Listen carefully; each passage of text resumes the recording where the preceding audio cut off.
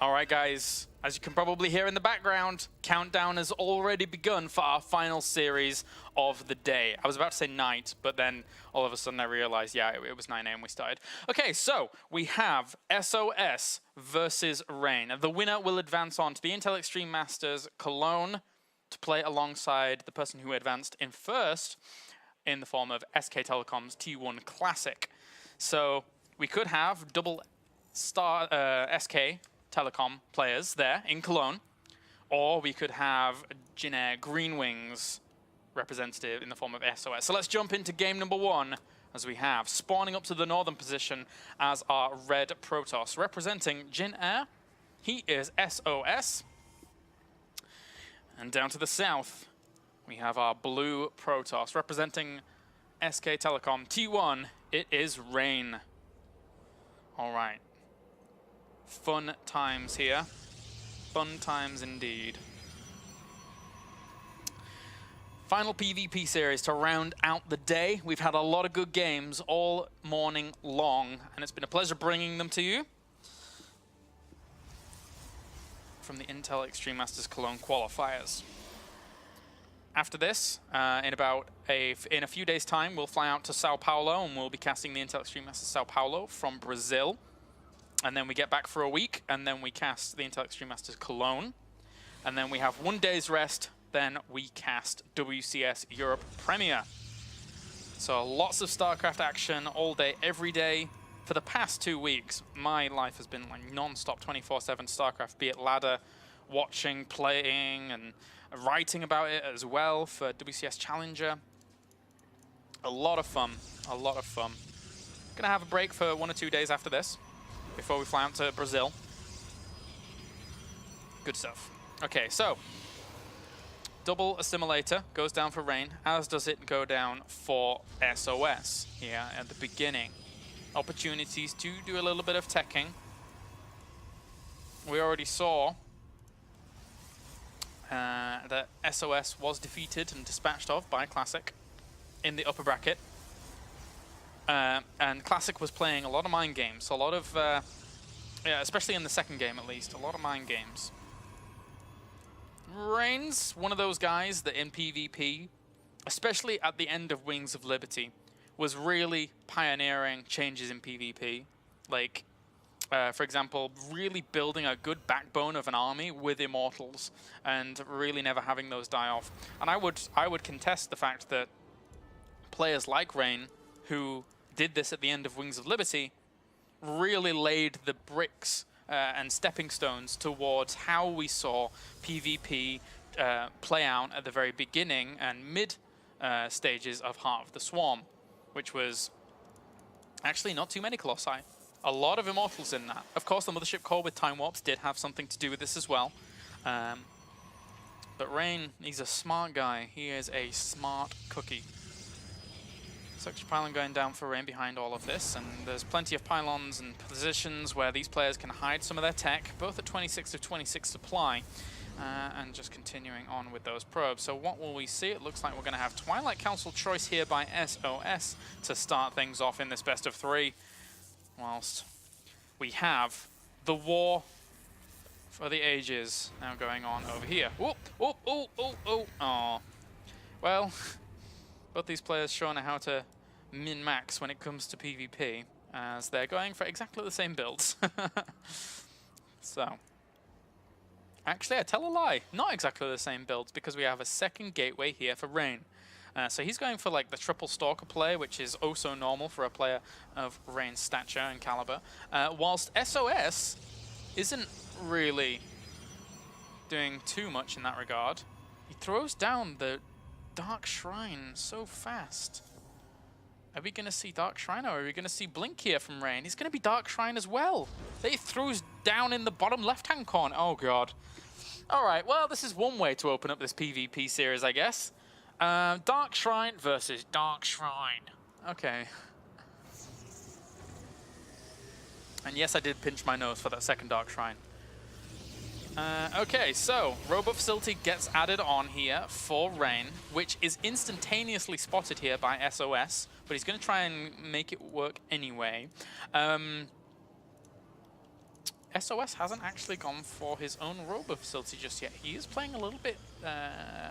He is playing a little bit scary. He doesn't actually have even extra gateways here, so he can only warp in one Dark Templar when this begins, which is a little bit strange. Oh, okay, sorry, that was the second gateway finishing up Derp. But he does have a sentry at the top of his ramp that doesn't have energy. That's a little scary. A little scary indeed. He's adding on a third gateway behind this, and the one Dark Templar has now morphed in, but there is Corona Boost into the Observer. There's one Dark Templar also warping in here. This really needs some... Wait, let's switch to the vision of... Okay, that one's blocked. We're looking at the vision right now of SOS. He Rain's... Oh, he doesn't actually catch that in the end. Where is the Dark Templar? We're still watching the vision, and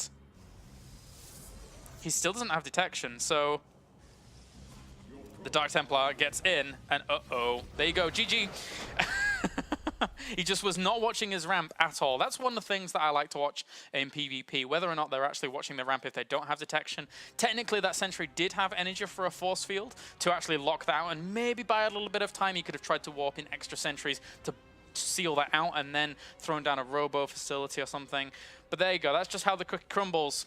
Rain takes a 1-0 lead here in this PvP pretty quickly. Second map is going to be Frost, though. A big map, very open to a lot more possibilities. Of course, we could see DTs again, but whilst we're getting into this game, we actually have to announce the winner of our lovely shirt here. And the winner is Jarrett Scholler. Jarrett Scholler. I am terrible at pronouncing names. Maybe I butchered your name. I've been disconnected from the lobby, so I assume they will regame. Please. Okay, so congratulations to Jarrett Scholler. You have won a shirt, a Heart of the Swarm shirt, signed by all of the representatives at WCS Europe Season 1. Yay, GG, woohoo. Okay. Our lovely people here at ESL will get that sent to you as quickly as possible. I'm pretty sure they've probably already contacted you, and in the future, you will get it. So, great. Okay, so we're rejoining for game number 2. For some reason, we got disconnected from the lobby. Wow, okay, that really started quickly. I wasn't even in the lobby, and I started hearing the countdown. That kind of scared me. All right, so, countdown's begun again, and we are now loading up into game number 2. Rain currently in the lead 1-0. I don't think... Have I ever met Rain? Yes, okay, I have met Rain because he actually played against Jaedong at Season 2 Finals, and that was something I forgot to mention when it came to Jaedong winning 2-0 during that Finals. But then Rain beat him 2-0 anyway, so who cares? Okay, so let's jump into this one as we have currently this player fighting for his tournament life. Representing Jin Air Green Wings, he is SOS. And up to the top right-hand corner, we have our blue Protoss. It's SK Telecom T1 Rain. Okay. And it is cross positions. So, opportunity for big, big games. Big games. As I said, I have a few days off over the next 2 days, which is going to be good. I might even do some streaming, which will be all right. So if you'd like to follow my stream as well, that's /KyleAris. It's my name. Like, I keep spelling it out for people, but I'm pretty sure everyone knows how to spell it by now. Either that, or they butcher it and write calories, which is... It was so funny. Back when I first did my proper big gig for ESL, which was the Intel Extreme Masters World Championship of all things, after doing some smaller... Well, like one smaller event than I did Assembly Winter, 1 or 2 casts there. But... it was the first ever time I cast with Sean, and he could not pronounce my name right for the life of him. So he just kept calling me Calories, and I was like, thanks, Sean. My friends on Ventrilo found it extremely, extremely funny. So yeah, Calories, GG.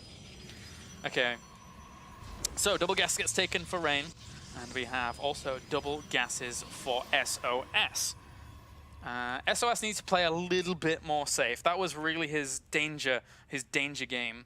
As he sends his first probe out into the middle of the map, he's going to scout to this top left-hand corner and then eventually get to his opponent. Does lose a bit of mining time due to that. Rain, meanwhile, doesn't seem to give a damn. He's just going to play his own game, which is fine. unless he sends that probe down in just a second. And yes, he is. Okay, so Rain is also going to go for a scout, and he'll lose equal amounts of mining time, to be honest with you, because of the fact that the spawning positions are such. It would be very strange to actually watch one person in this situation just scout straight across for a very, very ambitious inkling that they would have. But technically Rain, because he did send his probe a little bit later, loses less mining time in the grand scheme of things. The probe being sent out earlier does have the knock-on effect of you don't have as many minerals earlier, and then yeah, so long story short, rubbish. Anyway, so Twilight Council versus Twilight Council again. Will they decide to go for Dark Shrines is the big question here. Now, if we see SOS actually Chrono boosted out a Stalker, he could have actually denied that. And oh, you cheeky, cheeky man, Rain. You cancel your Twilight Council and you go for Stargate. Alright, so right now, he believes that to be a Twilight Council, but it's not. It's not. Trust me. So, Twilight Council finished up for SOS. Dark Shrine again! Jeez! Crazy! Okay, so the way this can work out for Rain is very, very good, because one, there's not going to be that many Stalkers out by the time an Oracle would get over to the other side of the map here for Rain. Did he get in there and spot what was going on? No, he didn't, sadly. The Mothership Core pushed him away. So he is going to go for an Oracle. And the thing is that with how this works out, technically if he went for a second Oracle, that would be out in time. I mean, even if he gets the Oracle over here anyway, he's going to see the Dark Shrine, and he'll just start a second Oracle, which will be able to defend at home. So Rain, in game number 2, is already pretty far ahead in terms of the messing around that he's done here. SOS is trying to play this out a little bit more safely, though, by adding on the Robo Facility, just to make sure his opponent isn't also going Dark Shrine, because he believes this to be a Twilight Council. But there will be an expansion on the way here for Rain.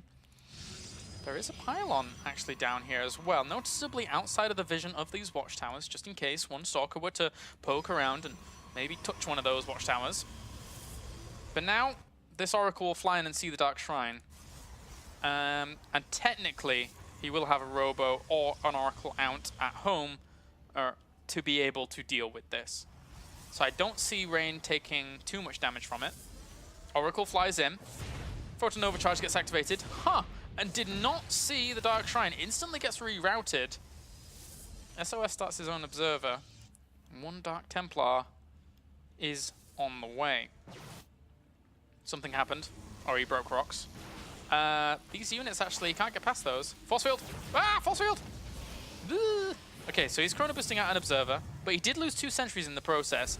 I already feel that that's not too bad a trade, especially since he's going to get a few probes. SOS gets the lucky end of the stick here, considering that the Oracle did not just fly a little bit further to see that Dark Shrine. So that Dark Templar is going to get chased away and killed off. But he did get 7 workers for his trouble, so 26 workers to 34 in favor of SOS. He's also looking to grab himself his own Stargate as well, so SOS is saying, all the tech, all the tech. It's fine by me, it's fine by me.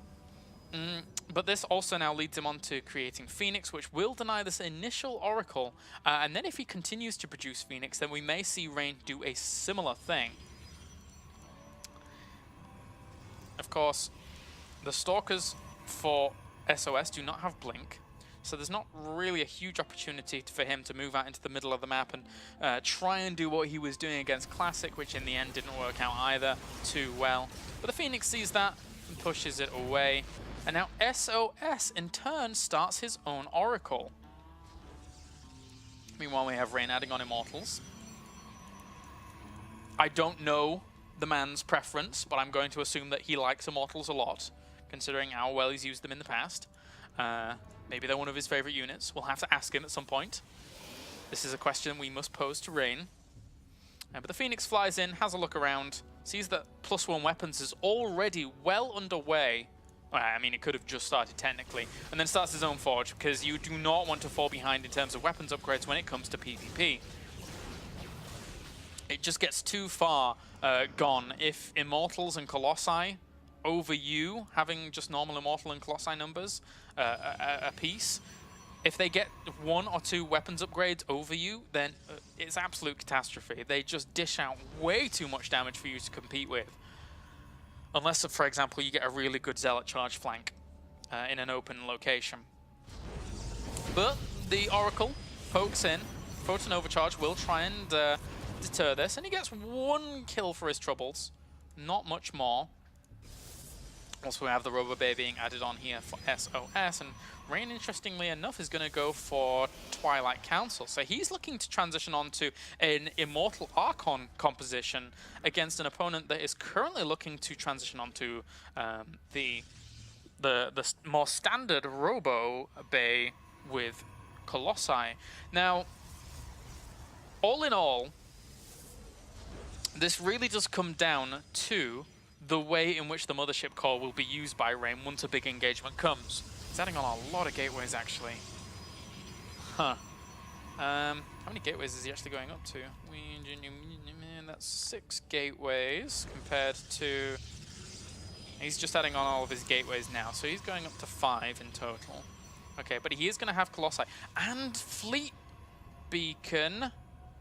How much did he spot? Did he actually... Oh, he saw the Robo Bay.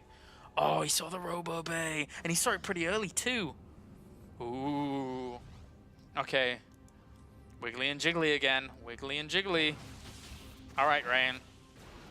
Show us the way. He's going Zealot Charge, Archon, Immortal,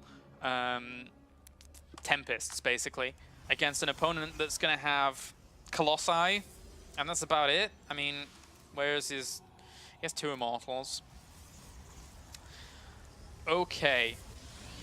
This is going to be cool by Rain. Noticeably, he's trying to get his 3rd base up. But the Tempests are going to come out pretty quick. Pretty quick. He does need to deter that Phoenix from really getting full scouting information. And actually, that Phoenix, as well as this Oracle, both could be fed back, whichever to use correctly, and deny any scouting information. Because right now, I mean, he doesn't know about the Fleet Beacon. He knows about the Templar Archive, so he's probably anticipating his opponent just going for something like the Immortal Archon mixture. But with the Tempest in this comp as well, it makes for a potent and deadly force. Now, Zealot Charge is just about to finish up here, and it looks as if SOS is actually going to move to punish this 3rd, because he did see the pylon down there. There's no reason anything else will be there, and he's also got a reinforcing pylon as well. So, he also does know his opponent's army positioning, so there's no way he can hold this base. But behind this, SOS doesn't really have his own 3rd base on the way either. This wall off is going to buy him a little bit of time. He really needs another Tempest down. Does reveal the Tempest. That instantly pulls SOS back. He's like, do I really want to contend with this? If I lose my Colossi, then I cannot take this engagement head on. So he falls back. He's going to get his own Fleet Beacon as well as Tempests. But for that moment, for then, the now, if you are going up against a Protoss with Tempests and you do not have Tempests yourself, you do have to play cautiously. There's nothing in your arsenal that can really close the gap with those Tempests and then force them away. So they are now abundantly clear here to SOS, who tries to transition against them. 3rd base is going to go down at a very, very similar time for one another. But Rain does not know about this pylon over to the right-hand side, and that can become a bit of a hindrance if it's allowed to stay alive. Rain did a good job of sniffing out these other pylons on the map, but in the end, unfortunately for him, is not able to clean them up, as his opponent currently has mid-map control. I think he could probably force away mid-map control from his opponent. Could Rain even, I should say, because now he's going to have quite a few Tempests out. But SOS is trying to build double Tempest to catch up with his opponent. So this is a tough thing for SOS to really deal with. He's transitioned on nicely, though. Unit counts right now, 51 workers to 60 in favor of Rain. And his weapons upgrades are vastly superior. If we see that +3 weapons come into action and he uses the timing revolving around that +3 weapons, then he can put on a lot of pain. A lot of pain indeed.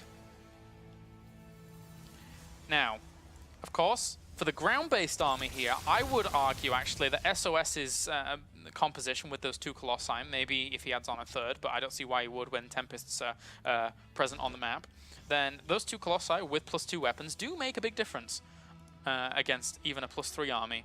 The fact that we don't see any Colossi in this army for Rain, I mean. So, very, very equal game right now in game number 2. SOS does certainly not want to lose out on an opportunity to head over to Cologne to participate in a $25,000 tournament. And also a big part of qualifying for Cologne is that you can try, if you win it, you instantly gain access to the championship, the World Championship in Katowice. All right, well, now still positioning themselves. SOS is a little bit supplier blocked there, but he'll crack out of that in a bit. Whilst just moving on around. How many Tempests do we have? 5 versus 5. Technically, Rain's Tempests have a lot more work to do because they also have to work on the Colossi. But Rain is keeping a good eye on his opponent's army here with the Observer.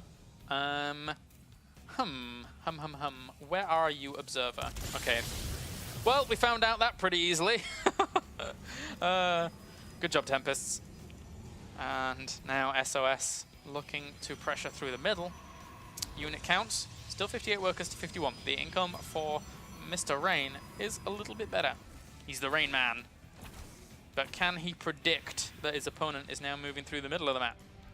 He's setting himself up. Whoa, whoa, whoa, whoa, whoa. Oh, loses 1 Tempest there very quickly. 2 SOSs. The Colossi are going to go to town on this, but how well can this work out? These Archons on the right-hand side for Rain could quite easily close the gap with some of these Tempests and kill them off very, very quickly. And indeed, he does get 1. He's going to try and bring down a few more. The army of Rain continues to move on through, and it looks like he's going to make this work.